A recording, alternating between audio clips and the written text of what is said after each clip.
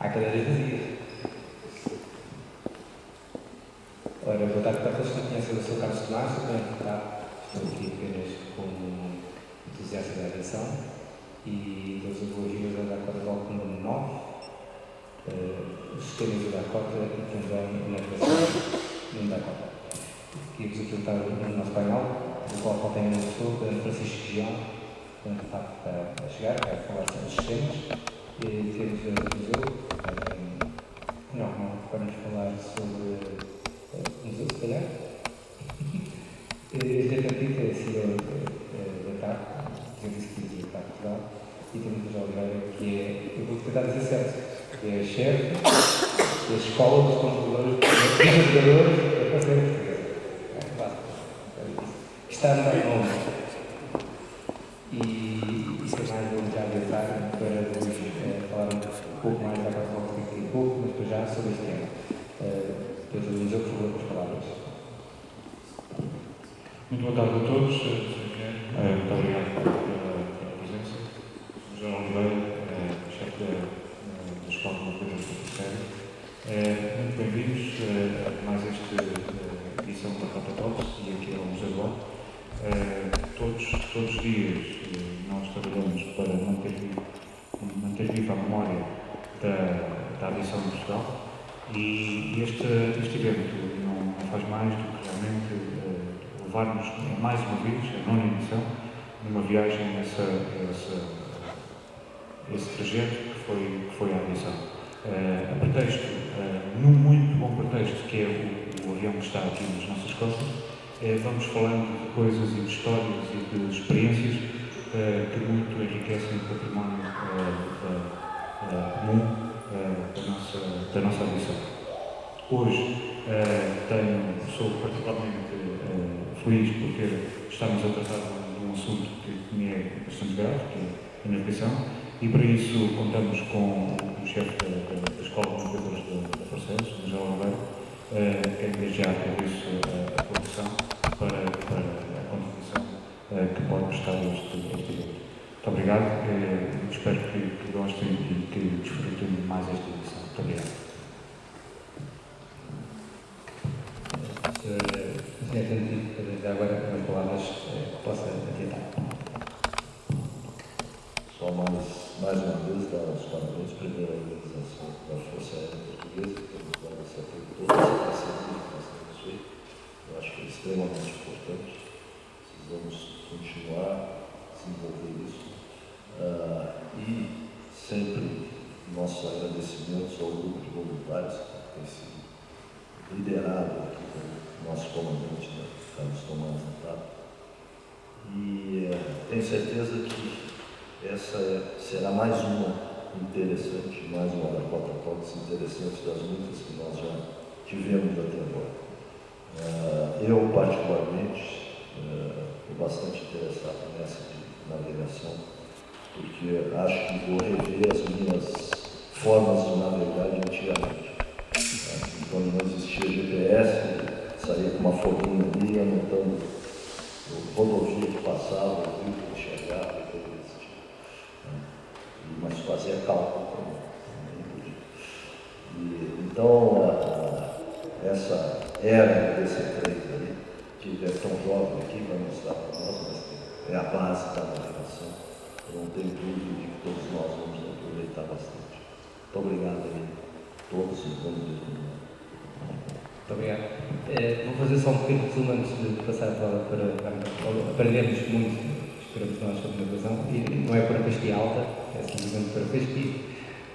Para falar um pouco, para quem não sabe, do que é este avião que está atrás de nós, é um Dakota, na verdade é um C-47, que é a versão militar do Dakota, que teve papel importante na Segunda Guerra Mundial. Este em particular voou no dia D, na invasão da Normandia, em 1945. Obrigado. Na verdade, 44. A 6 de julho de 44, para ser mais preciso. Este avião veio aqui parar porque depois de vários países chegou a Portugal por via da DGAC, que é a Direção-Geral da Náutica Civil, e por perto dos anos 80 foi oferecido à TAP Portugal e este processo está agora, desde há quase 2 anos, a ser restaurado para aparecer, ter semelhança igual ao avião da TAP, apesar deste avião nunca ter sido operado pela TAP de facto. Este processo terminará em princípio o restauro em março do ano que vem, quando a TAP celebrar 70 anos.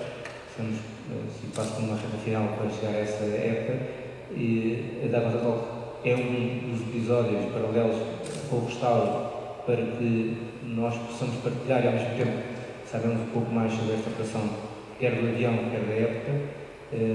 Há mais temas previstos para até março, para ver se continuam bem depois do ano 2015, mas no fim da palestra estão todos convidados a depois partilharem connosco uma visita ao interior do avião para que possam ver uma vez que o avião não está visitável ainda, todos os dias. Obrigado por terem vindo. Geraldo Oliveira, por favor.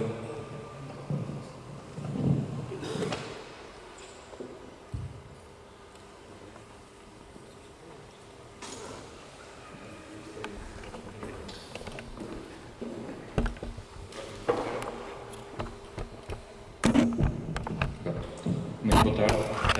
Antes de mais, queria agradecer o convite que me foi dirigido para estar aqui hoje para falar de um tema que me é querido e que faz parte do meu dia-a-dia ao ensinar aos alunos que nós temos e aos futuros navegadores da Força Aérea. Portanto, vamos iniciar aqui com a minha apresentação. Portanto, eu sou o Major Navegador José Oliveira. Estou na Força Aérea há cerca de 27 anos. O meu percurso passou pelo Aviocar e pelo C295. Portanto, fiz, desde que entrei até que o Aviocar terminou, estive quase sempre a voar no Aviocar, em missões de vigilância marítima, na Esquadra 401. Depois fiz parte do grupo de trabalho que substituiu o Aviocar na Força Aérea e que foi, na altura, escolhido o C295. E inclusive fiz parte da equipa residente que esteve em Espanha a fazer a recepção das aeronaves C295 para a Força Aérea Portuguesa até à chegada do último avião. Portanto, depois disso estive a voar o C295 também na configuração de vigilância marítima, a desempenhar a função de coordenador tático, até que há 2 anos fui frequentar o curso de Estado-Maior Conjunto e, entretanto, passei para a navegação, a instrução da navegação aérea na Força Aérea. E é nesse papel que aqui estou hoje para vos falar então um pouco de navegação aérea. A navegação aérea que eu vou falar aqui, eu não posso dizer que é específica deste tipo de aeronave, mas é garantidamente sustentada nos princípios básicos da navegação aérea e isso é transversal a todas as aeronaves que, pela sua missão, tinham que ter alguém a desempenhar a função de navegador e é nessa qualidade que aqui estou para apresentar um pouco dos conhecimentos e dos princípios que nós utilizamos, quer na navegação, quer na instrução.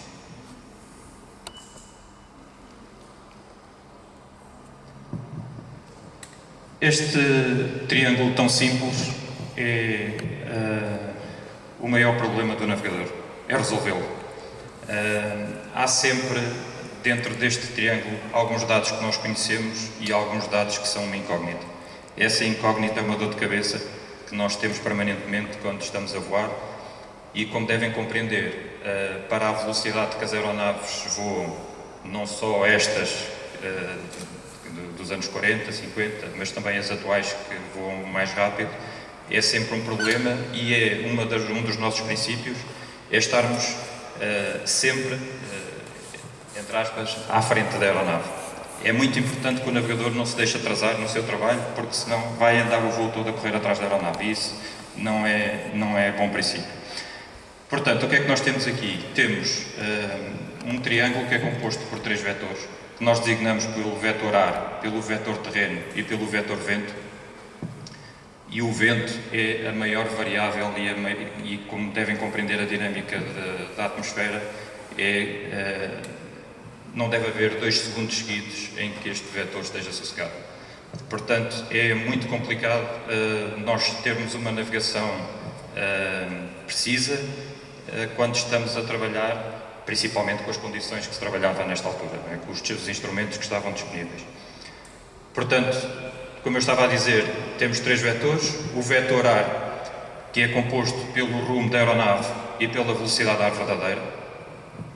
Temos o vetor terreno, que é composto pelo caminho que a aeronave está a fazer, pela projeção que a aeronave está a fazer no solo e pela velocidade de terreno. E finalmente temos o vetor vento, que é composto pela sua direção e intensidade. Como também temos alguém que vai falar sobre a parte da navegação náutica, ou pelo menos temos aqui os instrumentos que demonstram essa capacidade. Tanto quanto sei, há uma pequena diferença na utilização dos engenheiros e os navegadores aéreos na utilização deste vetor. É que enquanto nós consideramos a direção do vento de onde sopra, os marinheiros normalmente consideram a direção do vento para onde ele se desloca. Portanto, é apenas uma pequena consideração.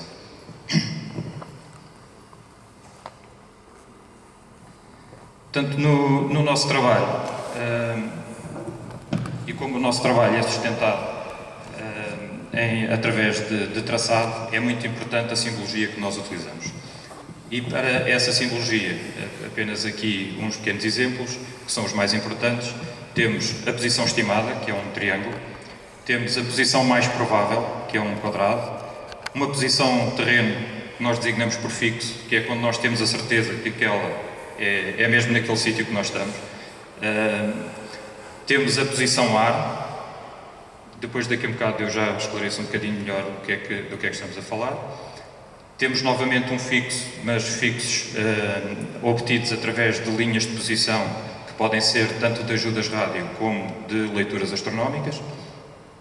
Temos então as linhas de posição e as linhas obtidas através de radioajudas à navegação.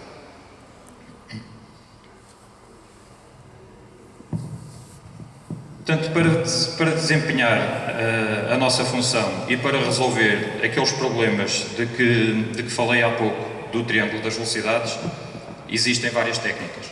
As duas técnicas mais conhecidas são o traçado terreno e a outra que vou falar a seguir é o traçado ar. O traçado terreno não é mais do que nós resolvermos o problema do triângulo das velocidades muito sustentado em posições fidedignas no terreno. Portanto, o traçado terreno é aplicável em sítios onde nós conseguimos obter fixos com alguma frequência.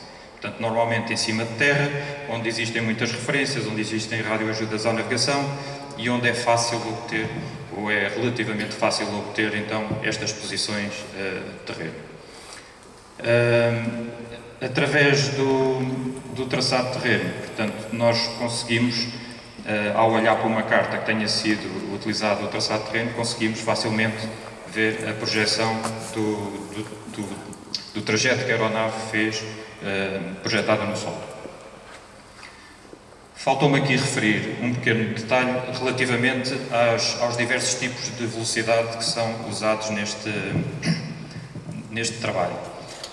Atualmente nós temos uma mnemónica que em inglês se chama WISE-T, que é a velocidade indicada, a velocidade calibrada, a velocidade equivalente e a velocidade verdadeira. Portanto, isto em siglas inglesas dá a mnemónica do WISE-T. Eu creio que nesta altura não deveria haver algumas das velocidades que estou a falar, porque estamos a falar de fatores de compressibilidade que só se aplicam a partir de determinadas velocidades, mas as outras duas eram aplicadas de certeza, que é a correção da densidade, altitude e temperatura, e a correção dos erros inerentes ao instrumento. Portanto, ter muito bem resolvidos estes problemas de conversão das velocidades era um fator fundamental para que os dados com que estivéssemos a trabalhar fossem fidedignos.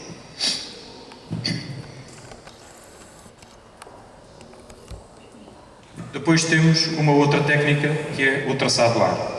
O traçado ar é aplicado em navegação estimada de mais longa duração, muito aplicável às travessias oceânicas, onde não existem referências para obter fixos, onde é necessário estar durante muito tempo baseado quer na informação meteorológica das previsões, quer na navegação estimada, portanto, nos dados que nós estimamos que estão a acontecer ao longo do voo. Portanto, normalmente associado a essas missões oceânicas estava a navegação astronómica, que eu também vou falar um pouco mais à frente, que era o único método que nós tínhamos nós, navegadores, interprete, que nós tínhamos para obter posições de terreno. Porque, caso contrário, não havendo referências, não havendo ajudas rádio, não havendo sistemas automáticos, era a única fonte possível de obtenção da posição. Portanto, o traçado ar é aquele que nos mostra clarinho o triângulo das velocidades. Portanto, como podem ver ali a vermelho, temos a indicação do rumo da aeronave, aqui, onde temos uma posição ar às 6h20, onde era obtido um fixo, seja por que método fosse, e a união entre a posição ar e o fixo representava-nos o vetor vento. Com esse vetor, nós projetávamos uma posição alguns minutos à frente, a partir da qual calculávamos uma alteração ao rumo para o ponto que pretendíamos navegar. E isto é feito sucessivamente até chegarmos ao nosso destino.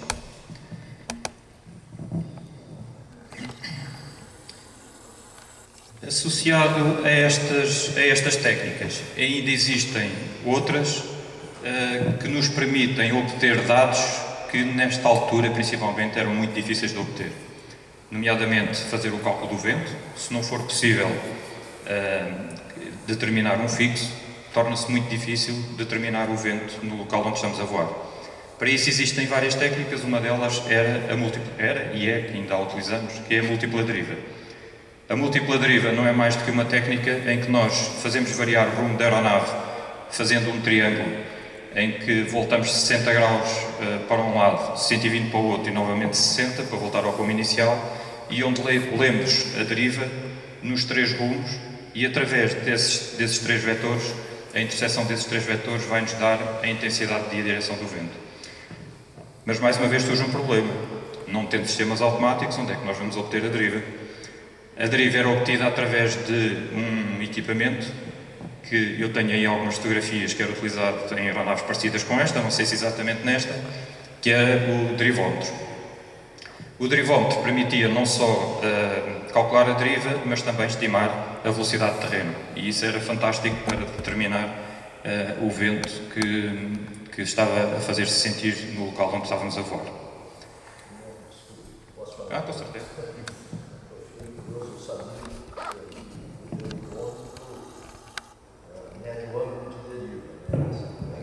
Como é que define a velocidade? Como é que pode ter uma ideia? Através do tempo que demora um determinado objeto a percorrer o espaço que está visível no retículo. Não era muito fiável porque o espaço é muito pequeno, não é? Mas permite fazer uma estimativa da velocidade de terreno. Interessante.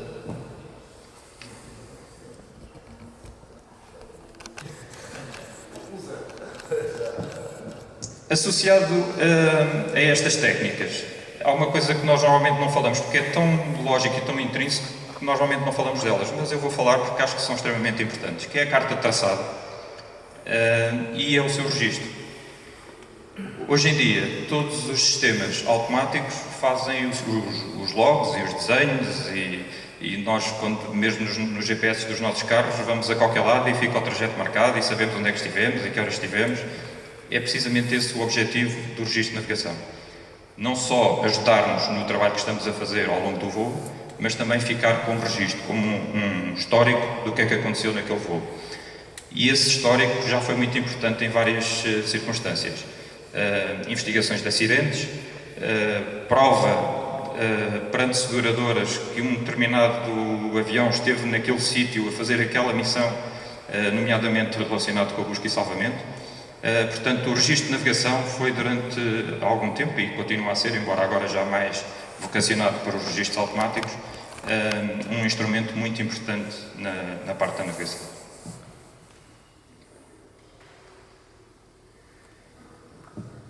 Ora bem, então estava eu a dizer que para resolver estes problemas acabámos por ter que recorrer à navegação astronómica. E é impossível falar da navegação astronómica sem falar no Almirante Gago Coutinho, que foi o homem que descobriu o ovo de Colombo para a resolução das leituras das alturas dos astros medidas em altitude. Porque o grande problema que existe é que quando nós estamos à superfície é fácil saber que o nosso horizonte é este onde nós estamos. Mas à medida que nós subimos em altitude, o nosso horizonte se vai alargando. Portanto, nós não podíamos ter alturas diferentes para as diversas altitudes a que a aeronave voava. E então este senhor acabou por inventar aquilo que é o horizonte artificial. E o horizonte artificial não era mais do que uma bolha de nível que permite transferir o horizonte para a altitude a que a aeronave está a voar e medir então a altura do astro desde a altitude a que estamos a voar até ao astro, medindo assim a inclinação da sua altura. Portanto, este senhor, com esta frase tão sábia, foi buscar a nossa história para também dizer que também sabemos navegar, não só no mar, mas também no ar. Fiz uma pequena pesquisa e encontrei algumas fotografias que me pareceram interessantes relativamente ao DC-3. E temos aqui a estação do navegador, onde podemos ver aquilo que eu referi há pouco, não sei exatamente se esta, um derivómetro vertical fixo instalado junto à cadeira do navegador. Portanto, entre outros instrumentos aplicáveis na altura, que certamente para ajudar a resolver os problemas da navegação da altura.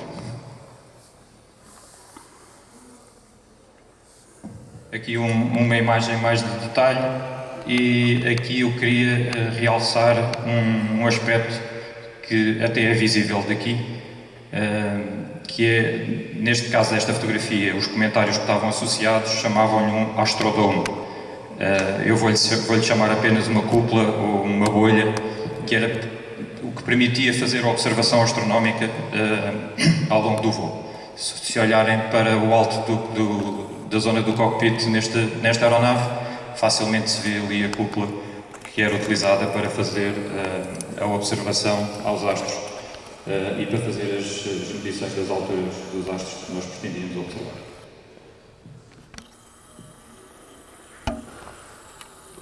Temos aqui então o navegador a fazer a utilização do derivómetro, obtendo aquela informação tão preciosa que é a deriva e a velocidade de terreno.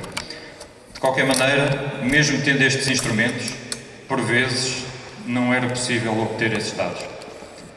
Porque imaginem que se estivermos a voar sobre o mar num dia, e já não vou falar, estarmos a voar em condições IFR, ou seja, sem visibilidade para lado nenhum, porque aí nem astros, nem chão, nem nada. É navegação estimada pura e rezando para a coisa esteja a correr bem. Se nós tivermos, mesmo com boa visibilidade, se tivermos um mar calmo, não existem referências para nós aferirmos quer a deriva, quer a ground speed, a velocidade de terreno. Se o mar tiver aquilo que nós na gíria aeronáutica chamamos com carneirinhos, às vezes esses carneirinhos servem-nos de referência para fazer estas leituras. E eles duram o tempo suficiente para a observação e para vermos que estão paralelos à deslocação dos retículos para medir a deriva e também fazer a aferição da ground speed, ou da velocidade de terreno.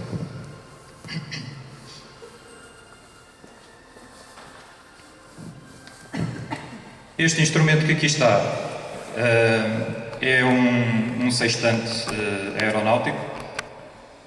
Eu já vou mostrar algumas outras fotografias onde também mostro imagens dos sextantes náuticos. Como podem ver, são bastante diferentes, porque estes encerram em si o tal problema, ou a tal solução do horizonte artificial através da utilização de uma bolha de nível que faz a transferência do horizonte.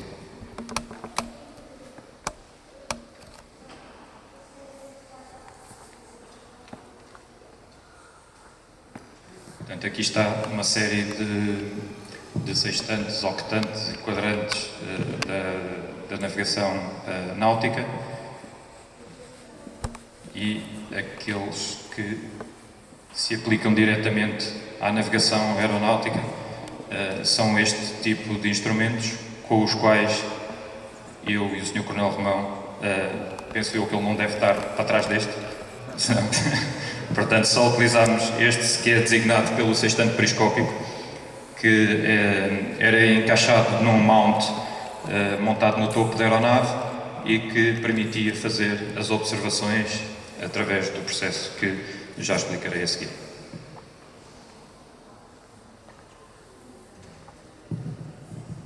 Portanto, para obtermos a posição através da navegação astronómica, o que é preciso determinar é o azimuth do astro e a sua altura. Através desta informação, nós vamos conseguir desenhar uma linha de posição para cada astro e, com isso, ajudar a nossa navegação. Uma linha de posição para cada astro. Eu friso bem este aspecto porque, se nós estivermos a voar durante o dia, normalmente conseguimos obter uma ao Sol. Com um bocadinho de sorte, a Lua pode estar presente e, com mais sorte ainda, pode-se apresentar com um bom corte, e um bom corte são 2 linhas de posição a 90 graus, para obter um fixo. Mas isso não é fácil de acontecer, mas é possível. Mas, desde que esteja um dia bom e que estejamos em condições de observar o Sol ou a Lua, pelo menos conseguimos obter uma linha de posição. E uma linha de posição, para além da posição estimada que nós calculamos, já nos vai permitir calcular uma posição que na hierarquia das posições é a posição mais provável, que é aquele quadrado que eu mostrei há pouco na simbologia, que já nos dá um bocadinho mais de confiança do que só uma posição estimada.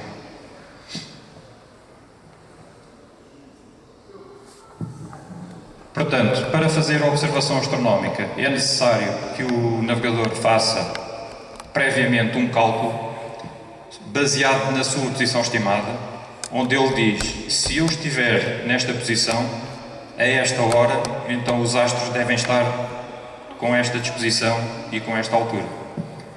E através da leitura que é feita e através desse pré-cálculo, portanto, nós, através da introdução do azimuth e da altura calculada, vamos procurar ver se o astro está efetivamente na altura que nós pré-determinamos. Se o astro estiver na altura que nós pré-determinamos, quer dizer que nós estamos efetivamente no sítio que imaginávamos. Mas normalmente há sempre umas diferençazinhas, e então é através dessas diferenças que nós vamos marcar a nossa linha de posição para então continuar o nosso trabalho.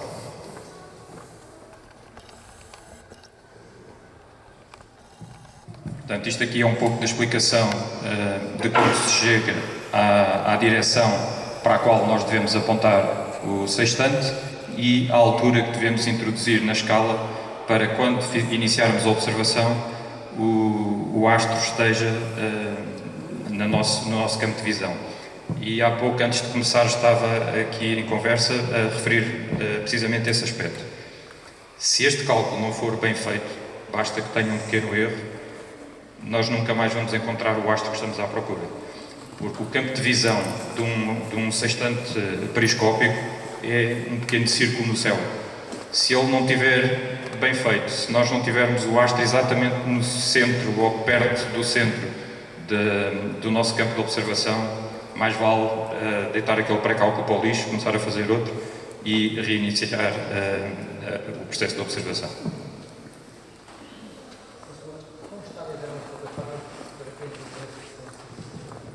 Não eram estáveis, eram sujeitas à turbulência.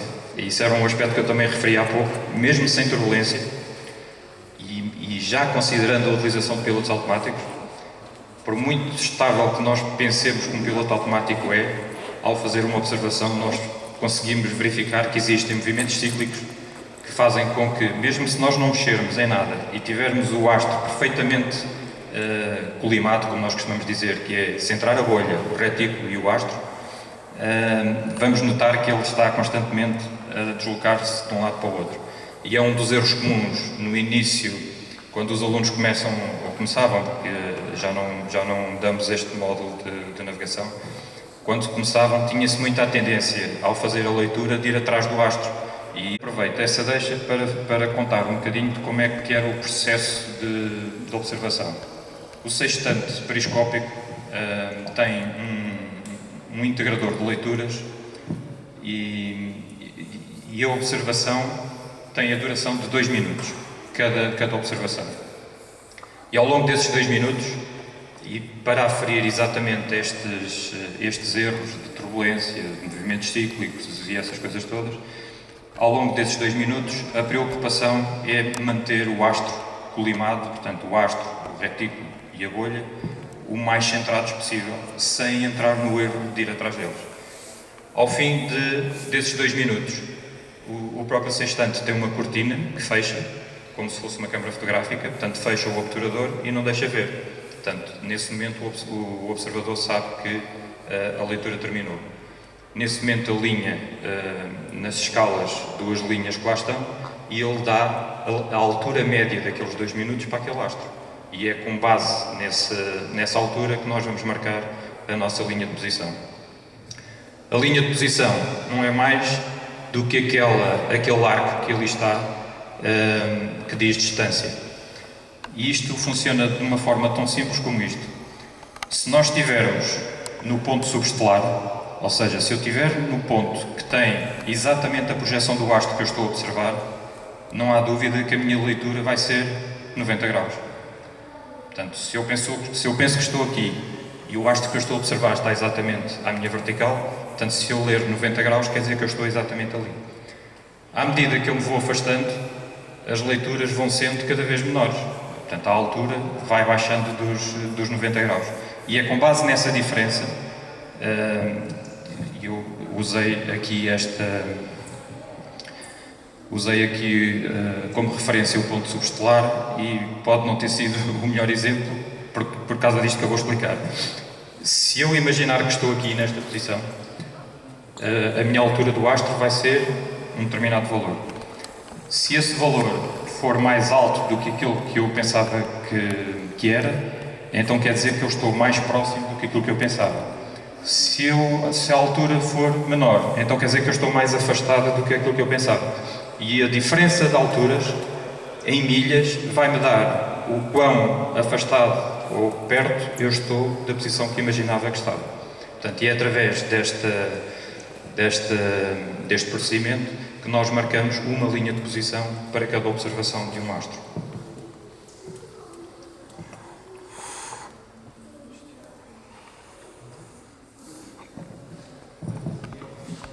Como é que nós, através da tal posição que estimamos estar, à hora que estimamos estar, sabemos qual é que é a configuração dos astros, ou em que direção e em que altura é que eles estão. Isso é feito através do Zero Almanacs, das tabelas astronómicas, que, como devem imaginar, tem ali alguns exemplos para a aplicação náutica, mas existem específicos para a aeronáutica, em que existe uma série de valores de referência para as várias horas do dia e para cada dia do ano. Portanto, todos os anos era publicado o Air Almanac, este é de 1948, e como podem ver, ele está com todas as horas do dia, portanto isto tinha 2 folhas para cada dia, uma até ao meio-dia e outra das 12 às 24, com separações de 10 minutos, mas que, através das tabelas que existiam de interpolação, nós conseguíamos interpolar para o minuto que nós queríamos. E através disso obtínhamos os dados necessários para fazer o cálculo astronómico para a observação que pretendíamos fazer.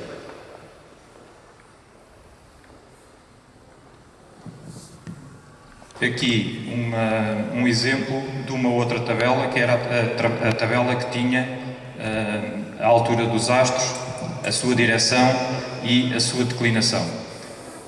E para além disso tinha uma informação muito importante também, que é a sua magnitude, porque a magnitude do astro é efetivamente a quantidade, eu vou dizer assim muito simplesmente, a quantidade de luz que ele emite e que nós conseguimos ver. Portanto, é um valor relativo relativamente àquilo que nós conseguimos ver.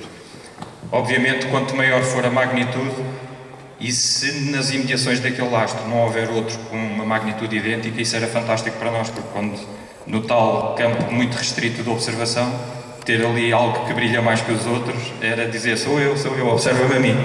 Portanto, isso era muito, muito importante, porque quando nós temos vários astros dentro daquele campo que têm magnitudes muito similares, era muito difícil identificar qual é que era a estrela a observar. Outro aspecto que é de relevar aqui é que a utilização das estrelas, portanto já estamos a falar de navegação noturna. Aqui sim, tínhamos uma multiplicidade de astros que nos permitiam fazer mais do que uma linha de posição. E isso, fazer mais do que uma linha de posição com os respectivos cortes, permitia-nos obter um fixo. Portanto, é mais proveitoso fazer astronomia noturna do que diurna.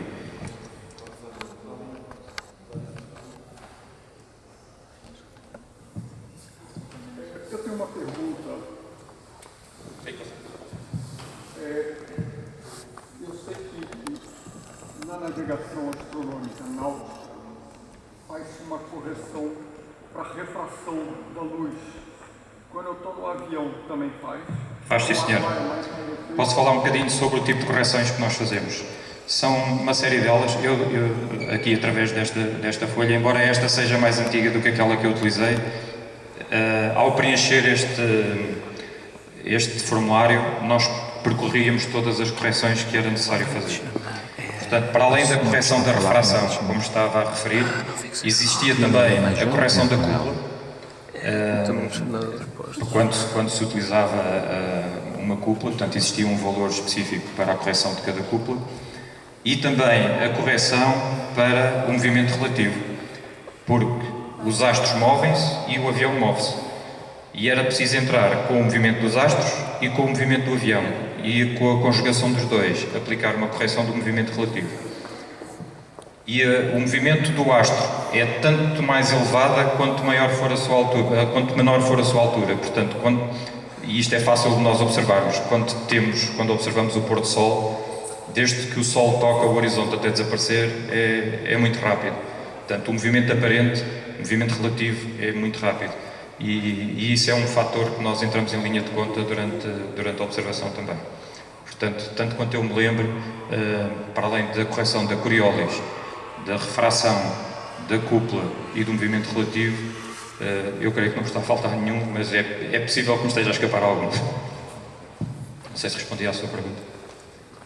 Pronto, portanto, estava eu a dizer que este formulário que aqui está representa então toda a conta que se fazia até chegar ao valor final da altura calculada, que nós iríamos contrapor depois com a altura observada para saber se estávamos mais perto ou mais afastados do ponto subestelar.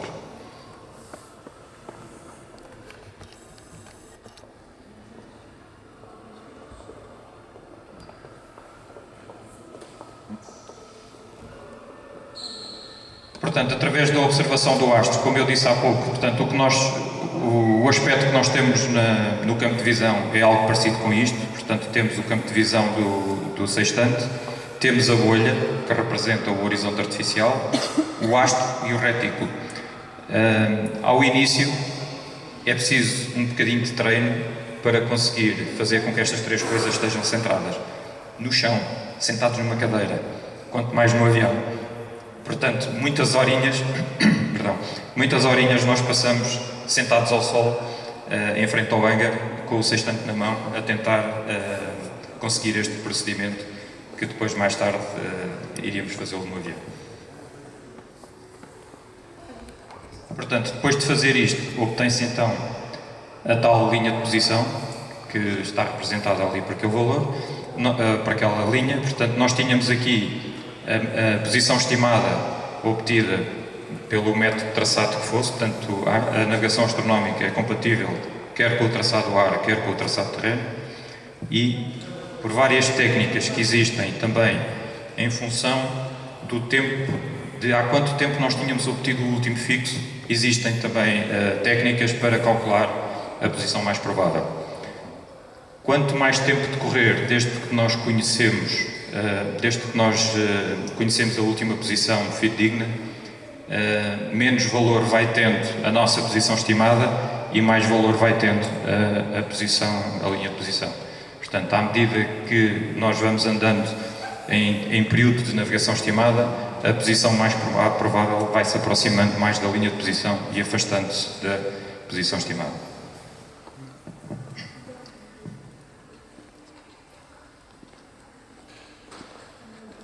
Tal como eu referia, no caso da navegação noturna, é possível obter 3 leituras.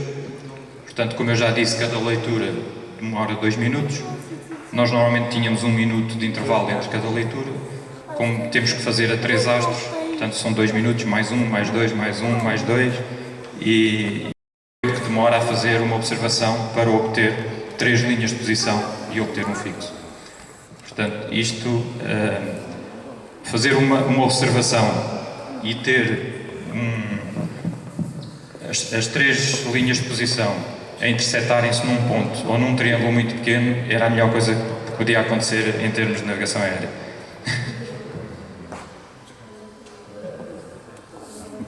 Temos aqui uma fotografia de um exemplo de observação através de um sextante periscópico. Portanto, o navegador, depois de terminar o pré-cálculo, aplicava o sextante no mount, orientava-o em função do azimuth que tinha determinado, introduzia a altura na escala de alturas e fazia a sua observação. Temos aqui uma outra fotografia também, que mostra o sextante que nós utilizávamos na Força Aérea, até há relativamente pouco tempo.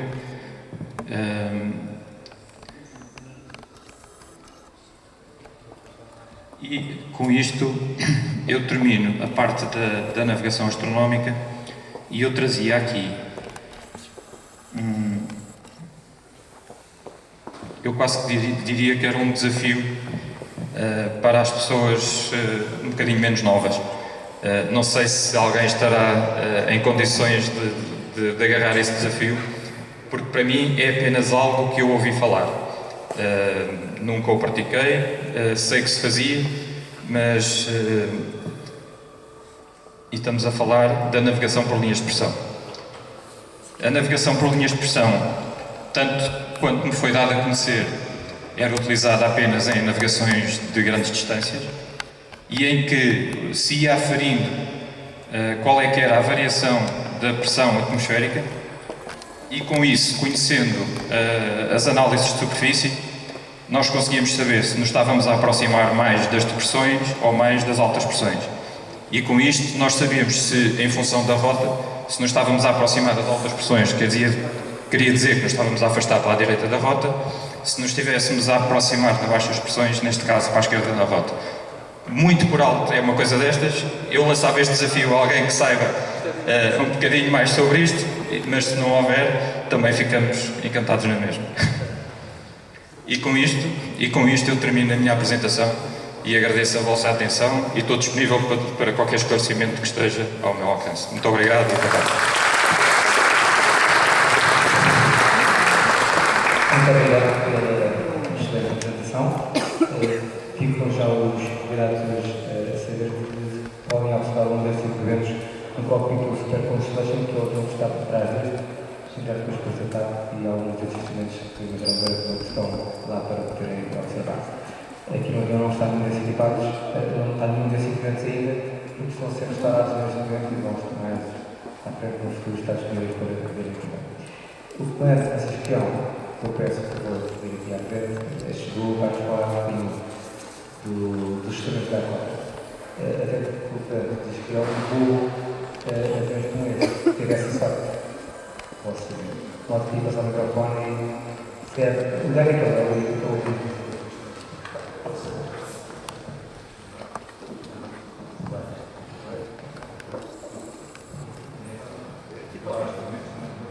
Está certo? Temos palavras de onde vais e essas coisas. Vou parar a tua apresentação.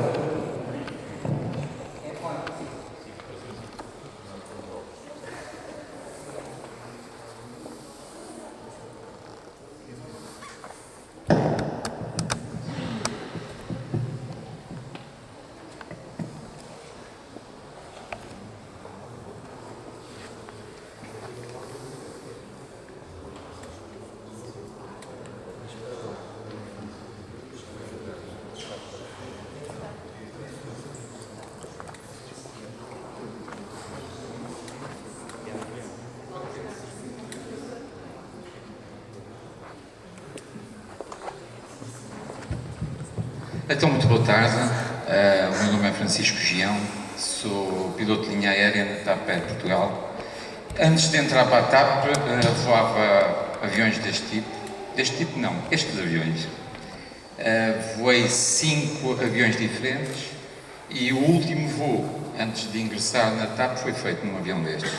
Portanto, eu voava em África, no Zaire, agora é RDC, e voávamos com uma navegação muito menos precisa do que explicou, e eu hoje aprendi muito.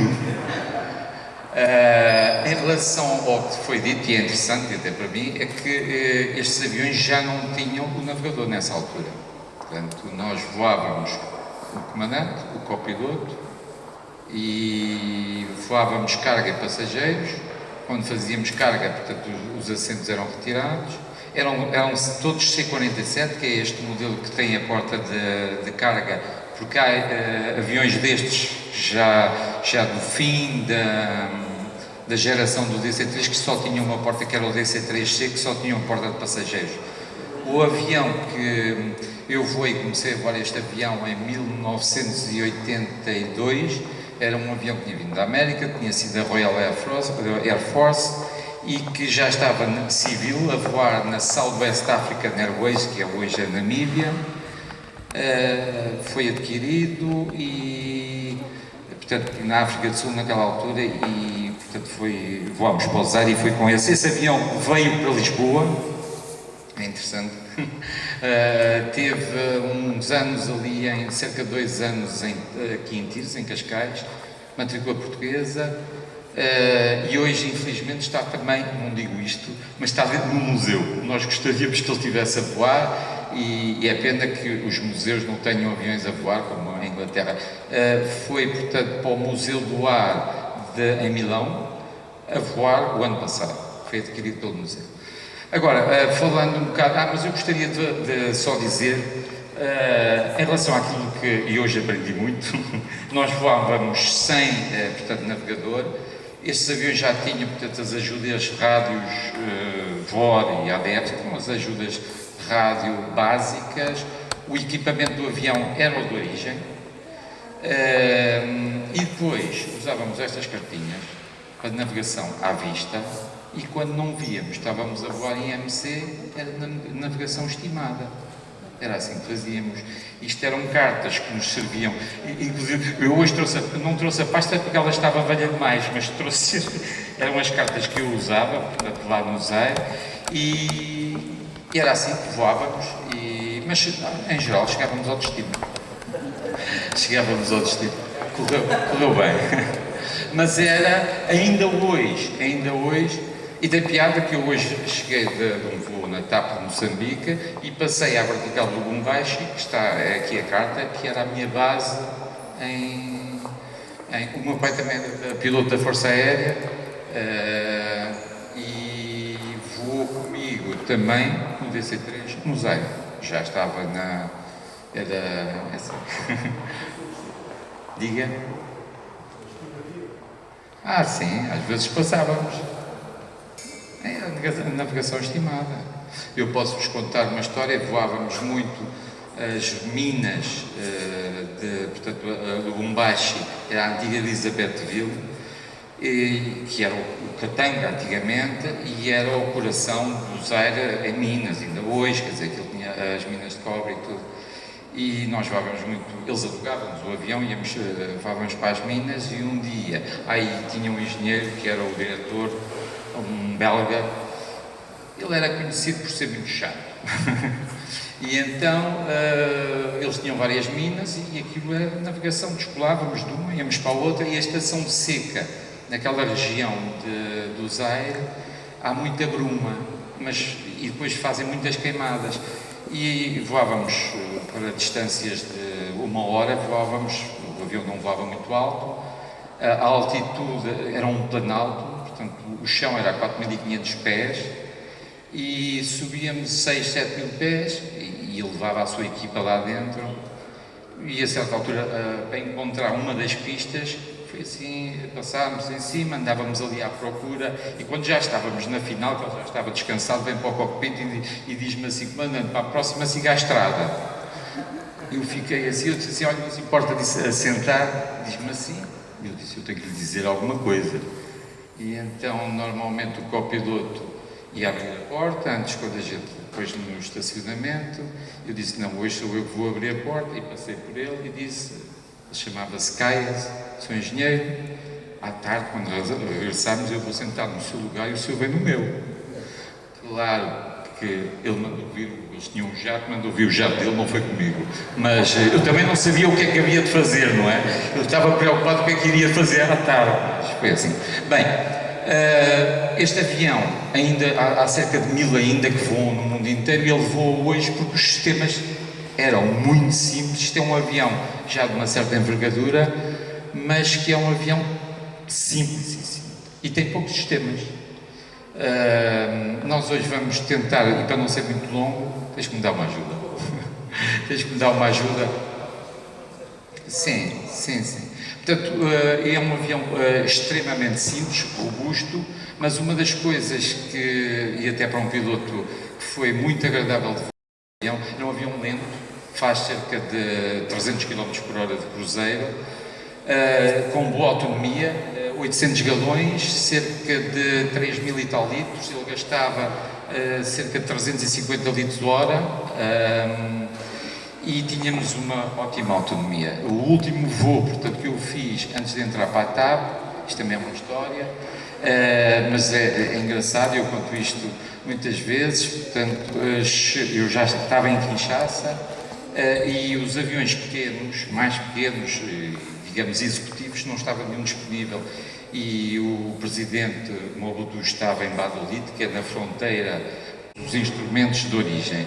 E a minha primeira preocupação, isto é mais para quem está, eu peço desculpa, mas a minha primeira preocupação quando comecei a voar o avião, eu dizia, mas como é que eu vou, sabem, já falaram de um horizonte artificial, devem estar, não sei se estão uns dentro da aviação, mas é um aparelho que substitui, em caso de não haver visibilidade, substitui o horizonte, quer dizer, eu deixo de olhar para fora e sei que o avião está a virar à esquerda ou à direita ou a subir por um horizonte.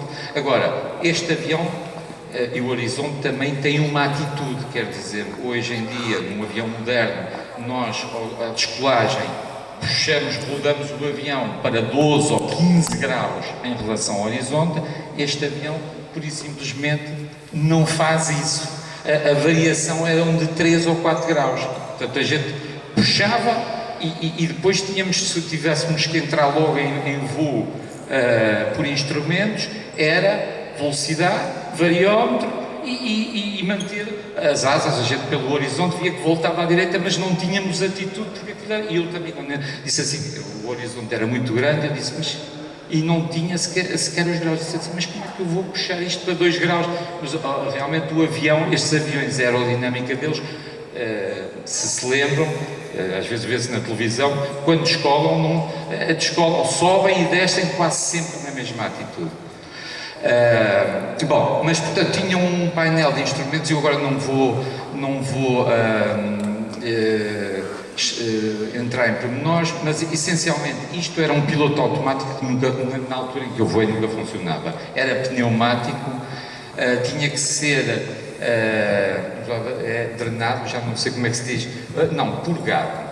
Portanto, antes do voo, e aquilo era, nós nunca tínhamos tempo de fazer isso, porque aquilo podia ter, era pneumático, funcionava mal e não era um piloto automático.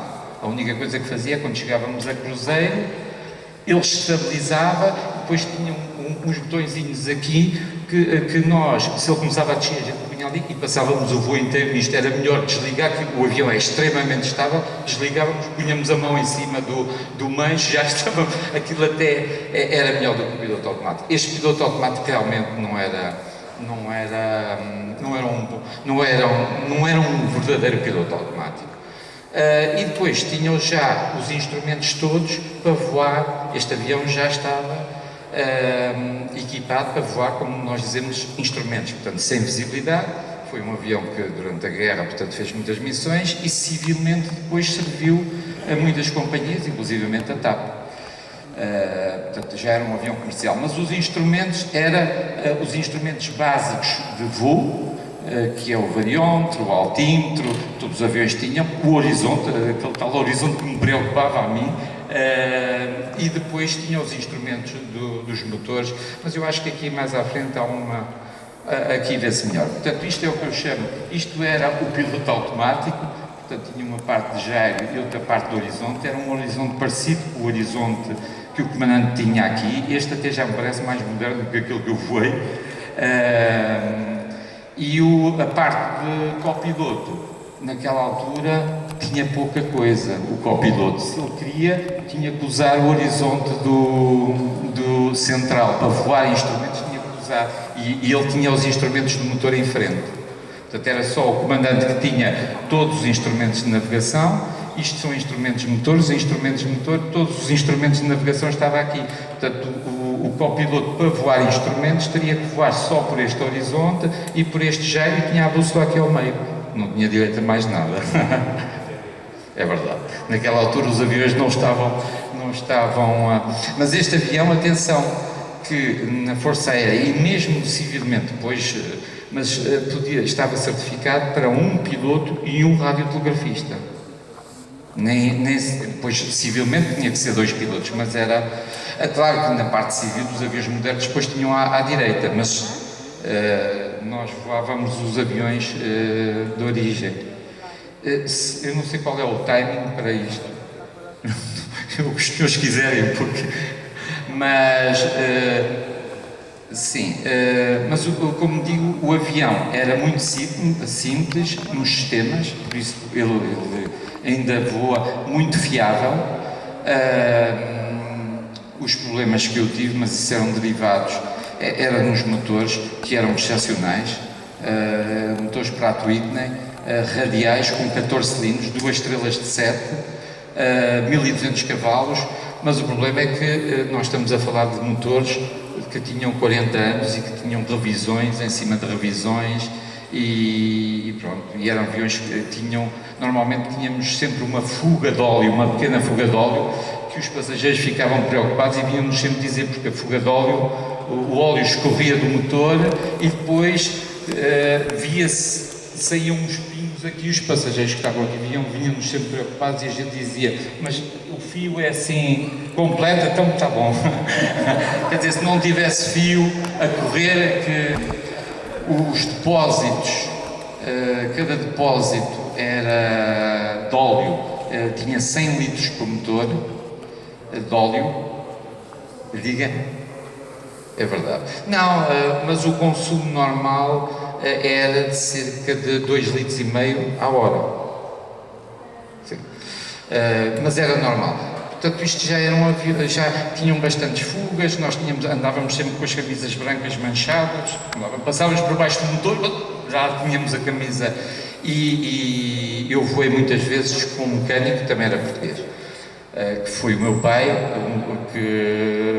porque era um mecânico que tinha sido da Força Aérea e depois esteve na DTA em Angola e era conhecido. O meu pai também teve muitos anos nesta base. Portanto, já eram pessoas que estavam na aviação civil, mas eram aviões da Força Aérea e com muita experiência nestes aviões. Ao fim e ao cabo, ele estava muito mais à vontade. Eu era o comandante do avião, era novo, tinha 26 anos naquela altura, mas ele era muito mais velho do que eu e tinha muito mais experiência do que eu no avião. Mas formávamos uma boa equipa.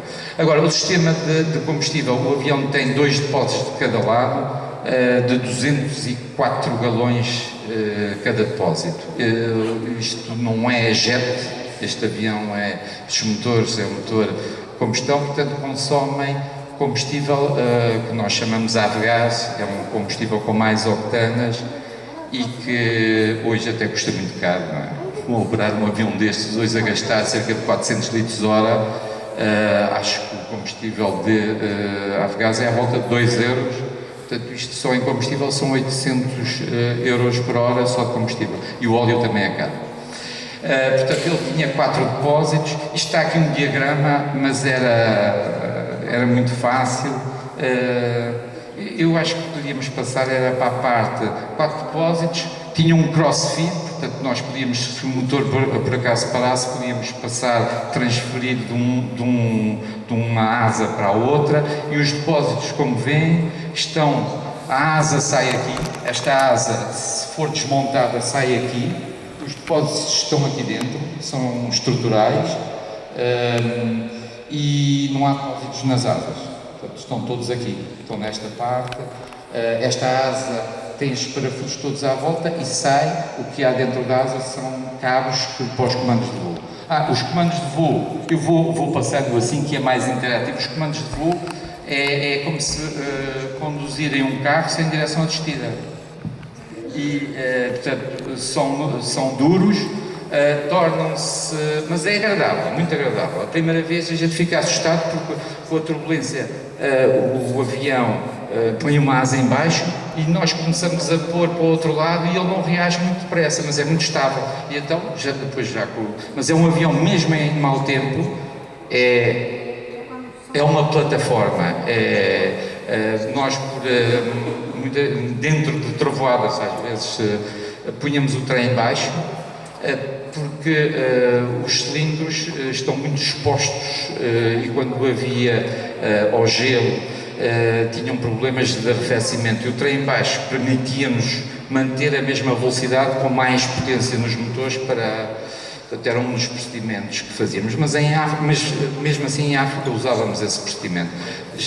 Já havia, eu também fiz missões para a Força Aérea, de lançar paraquedistas, porque o C-130 nunca tinha combustível, quer dizer, era vendido o combustível do C-130 que eles tinham, então alugávamos o avião para a gente fazer. Eu conto sempre isto, nós fazíamos, normalmente era durante o fim de semana, e era os jovens paraquedistas faziam o primeiro salto automático, tinham 3 instrutores e fazíamos 2 aviões ao mesmo tempo. Portanto, o avião era versátil, nós tirávamos as cadeiras, tinham um cabo, porque para o salto automático eles iam todos já, tinham um cabo, punhamos um cabo ao meio, o avião já levava, ele era uma porta de carga, só levava aquela parte aberta, era uma porta interior que se tirava, eles estavam aqui, nós descolávamos, vento de cauda na saltavam todos, empurravam-nos todos cá para fora, que era o primeiro voo, e eles tinham que ser todos empurrados e andávamos uma manhã nisto.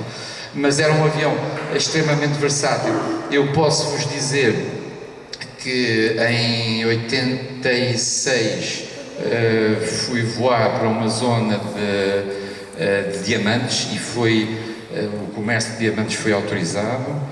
E nós voávamos, tínhamos contratos, voávamos com este avião, e eu ia com mais confiança com este avião a uma pista a maioria era tudo de terra, as grandes pistas, Kinshasa, eram pistas asfaltadas, mas ia com mais confiança, porque eles diziam, não, mas ali há uma pista antiga e a gente cortou, e eu disse assim, e às vezes tinha uns missionários americanos que tinham aviões monomotores e eu alugava-lhe o avião para ir ver a pista, para aterrar, mas depois cheguei à conclusão que preferia ir com este, porque o avião, mesmo com lama, a roda, o pneu, ele aqui até parece que tem pressão a mais, parece que está sempre em baixo, é de baixa pressão.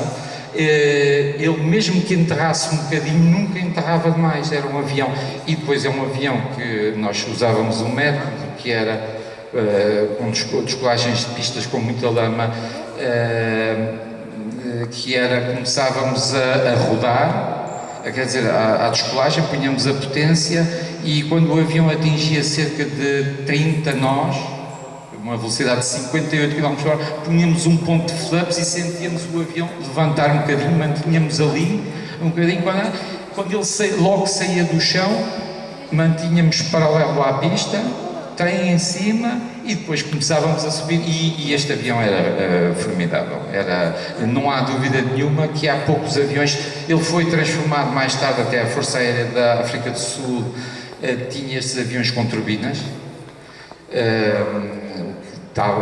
fizeram uma modificação também na fuselagem, já era uma modificação cara, mais de 1 milhão de euros, portanto, já para uma operação, por exemplo, como a nossa comercial, já não era rentável, só com contrato, mas já não era rentável por fazer um investimento desse, mas continuava a ser um avião não pressurizado, mas para certas missões era o avião ideal.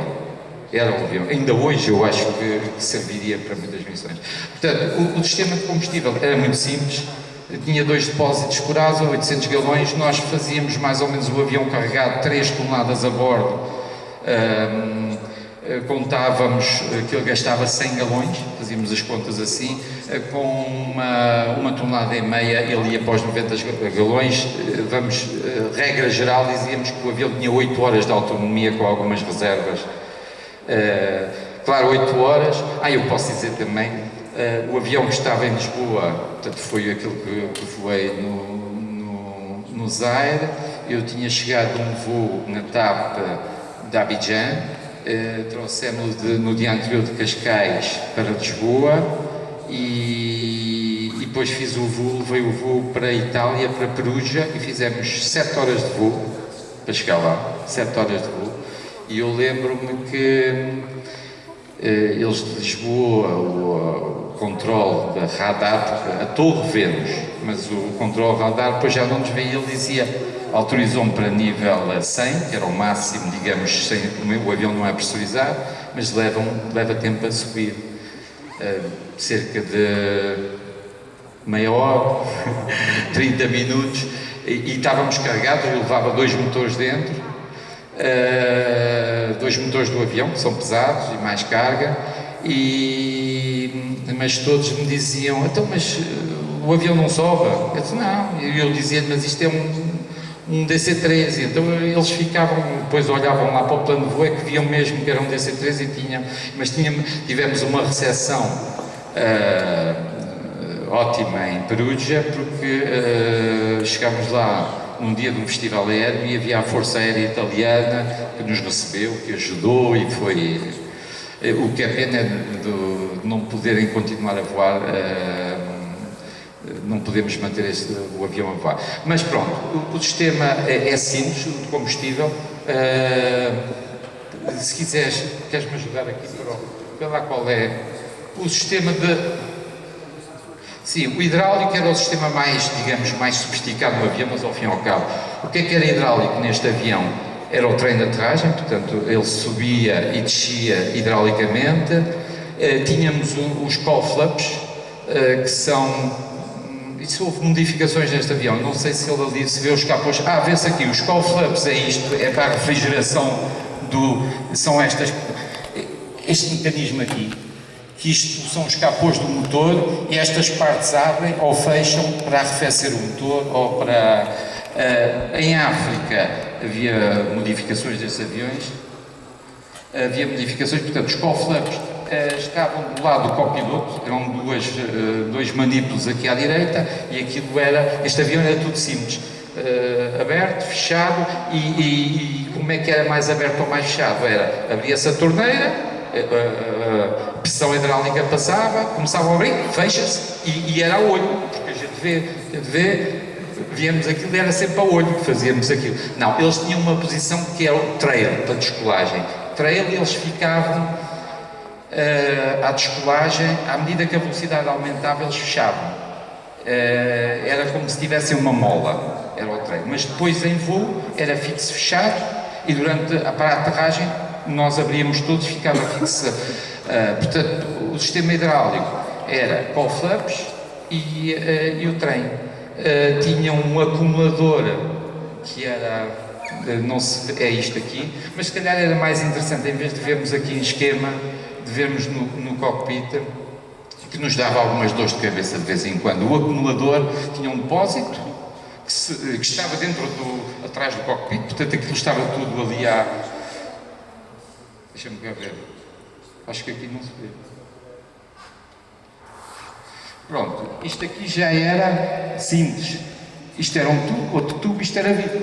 E nós víamos o fluido hidráulico aqui. Muita gente olhava, tem fluido, não tem folga. O piloto olhava para ali e via logo. O indicador era isso. Isto é tudo eficiente e Portanto, olhava para aqui, o óleo hidráulico era avermelhado, portanto, aqui, isto que era de vidro, a gente via, estava num nível, e até víamos mais, quando metíamos o trem baixo, olhávamos para trás, víamos aquilo a descer e a subir, simples. Aqui atrás tinha um depósito, portanto, podia ser abastecido em voo, se tivéssemos uma fuga, o piloto vai lá, punha, e depois tínhamos um acumulador, que ao fim e ao cabo era para dar pressão. E o que era aquilo? Era um género de um balão, onde tinha uma membrana de borracha ao meio que de vez em quando furava, isso é que era a chatice, e que era pressurizada para depois dar pressão ao sistema. Pronto. Isto era tudo o que o avião tinha de hidráulico, não tinha mais nada. Eu aproveito já, porque isto era o que dava alguns sustos aos pilotos, era a roda de cauda que tinha um bloqueio. A roda de cauda. Portanto, este avião, sim senhora, mas sim, era aqui por baixo. Portanto, isto é o pedestal. Este avião, normalmente, quem está habituado a voar aviões a pistão, tinha as manetes do throttle, isto é o throttle, isto é o passo do hélice, portanto, o ângulo do hélice, e aqui estas duas eram da mistura. Isto já era um avião sofisticado, tinha um carburador deste tamanho, Stromberg, automático. A mistura, nós já tínhamos mistura automática, este avião tinha mistura automática, punhamos, aliás, ela tinha detente, isto aqui, nós carregávamos aqui nisto, ele bloqueava, reach, e quando chegávamos a cruzeiro, fazíamos a subida toda em reach, mistura, portanto, vamos lá falar, mistura é a quantidade de combustível, a relação combustível-ar. Num avião, nos jatos, há isso, mas não é o mesmo sistema, não tem um carburador, mas neste avião, ainda hoje, muitos aviões modernos, pequenos, com motor a pistão, não têm um sistema automático, este tinha. Ele tinha, eu não sei o nome técnico, mas no próprio carburador tinha um medidor de pressão, e ele, à medida que sentia que a pressão diminuía com a altitude, ele próprio tornava, e então nós tínhamos uma posição de descolagem reach, ficava bloqueada, e depois quando chegávamos a cruzeiro punhamos auto e ele fazia. Portanto, era um avião já sofisticado. Aqui isto era o pedestal central, as manetes por acaso tinham uma posição cómoda, isto era o que nós chamamos o compensador de profundidade, esta roda que nós compensávamos, portanto, para o avião, para anular as forças deste, isto não se pode mexer, tem ali uma parte mais pequena que é atuada por esta roda, e nós compensávamos para cima para anular as forças aerodinâmicas. Em relação portanto, isto era tudo por cabos, levantava-se o estrado central, tinha os cabos todos à vista, e tínhamos a casa de banho no fundo, que se o passageiro, dentro da casa de banho ainda tinha uma porta que dava para esta zona do avião, uma portinha, que era para os mecânicos, mas que nem sequer tinha cadeado. Se o passageiro abrisse aquilo, tinha acesso a todos os cabos e punha-se ali a brincar connosco, se quisesse. Portanto, isto, mesmo em inspeção neste avião, era simplicíssimo. Isto é um Piper Cub grande. De sistemas, portanto, comando de voos, depois mais para os pilotos, quando fazemos o cheque, nós antes de descolarmos, ainda hoje fazemos o cheque dos comandos, para ver se tem a amplitude total, mas nos aviões modernos hoje não olhamos para fora, olhamos para dentro, temos um ecrã que nos mostra, e um piloto ensaia os comandos, o outro diz up, down, nós naquela altura olhávamos, olha, estou a ver o aileron todo em cima, a coisa em baixo, mas o que é giro é que este avião, o manche, era uma meia roda, e o manche vira ao contrário. E eu também, a primeira vez, disse-me assim, mas isto é para quê? Como é que eu aí vou? Mas era, claro que a gente não usava esta amplitude, mas, portanto, o manche fazia assim. Voltava ao contrário. Não. Era um bocado, mas não. Era um bocado, mas não era essa toda.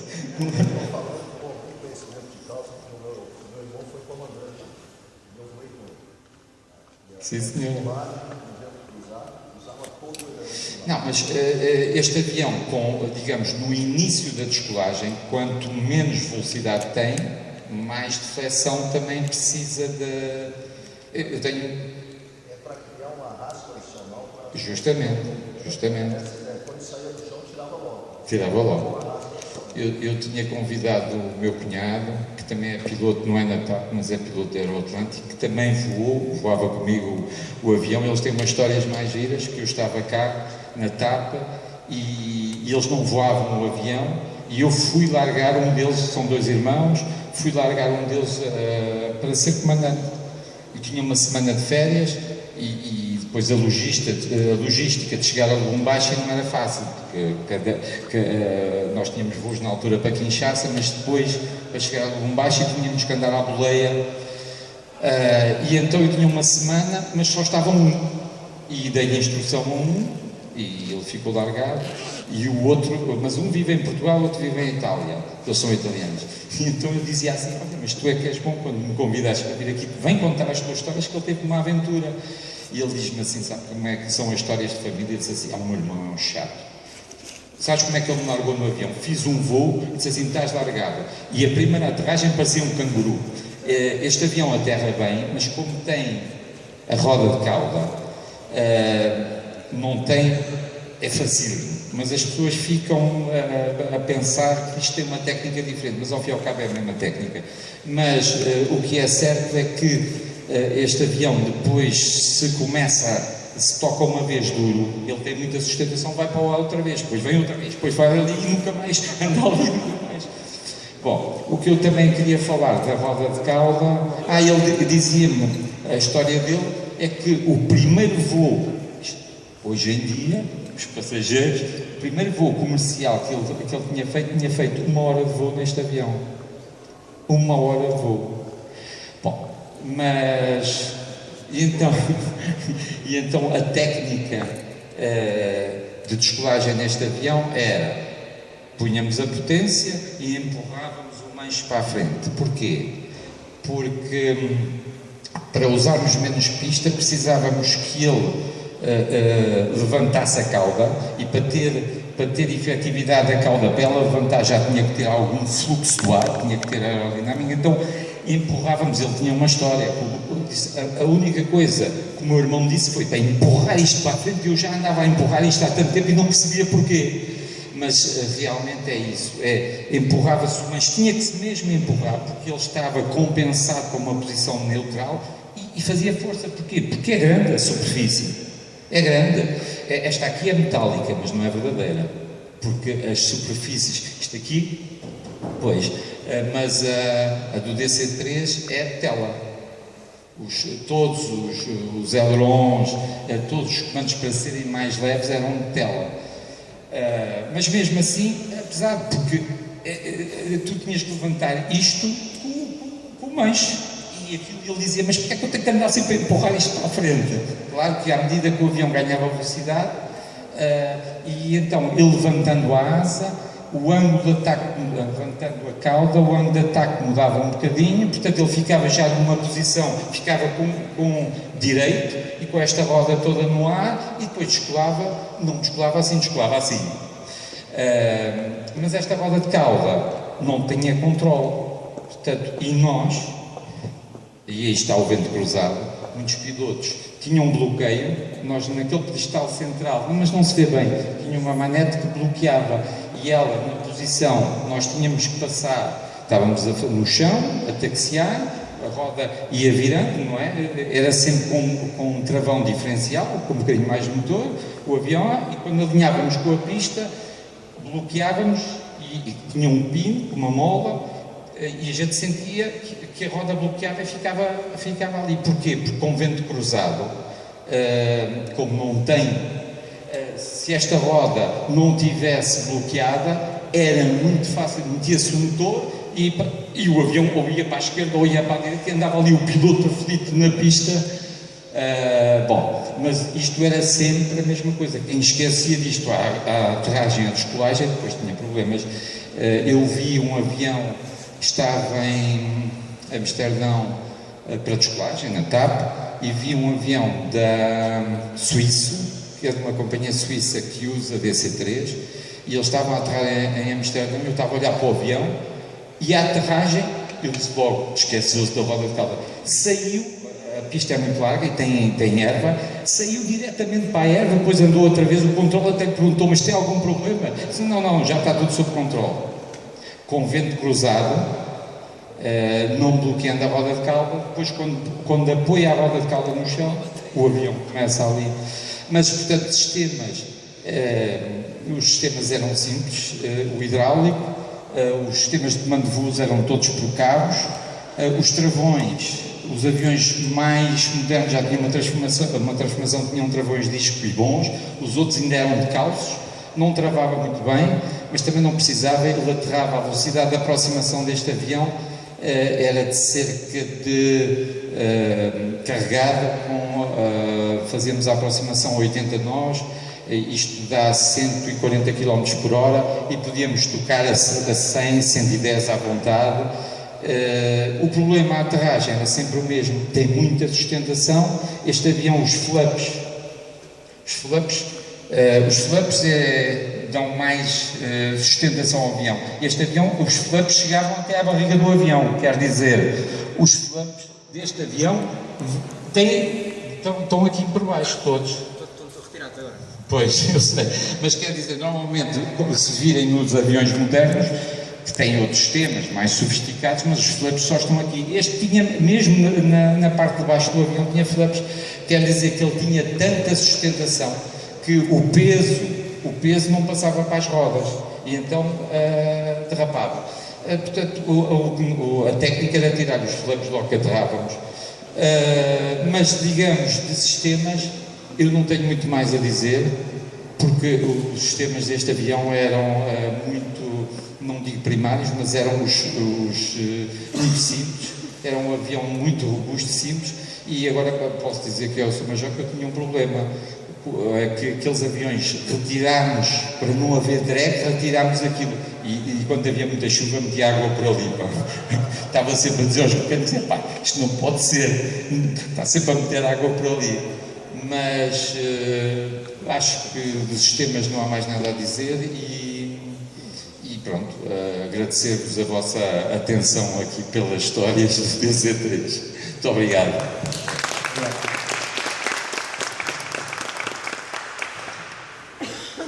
Podes sentar, e podes partilhar essas cartas com quem quiser.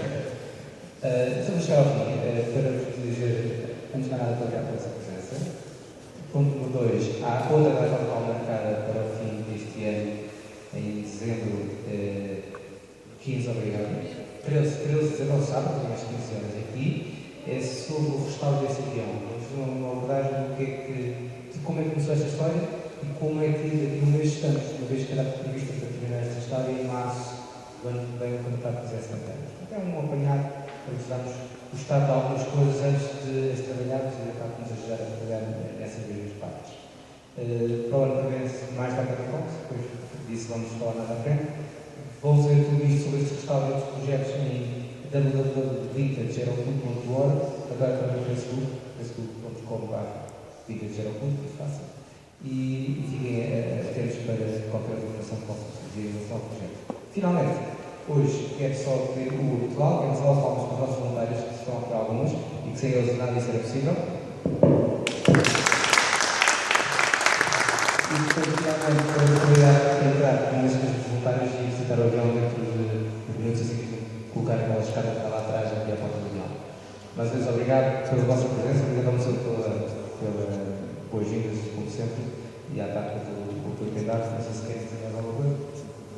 E agora, muito obrigado pela vossa presença também, mais uma vez, hoje, espero que eles em breve aqui no museu. Muito obrigado por estar.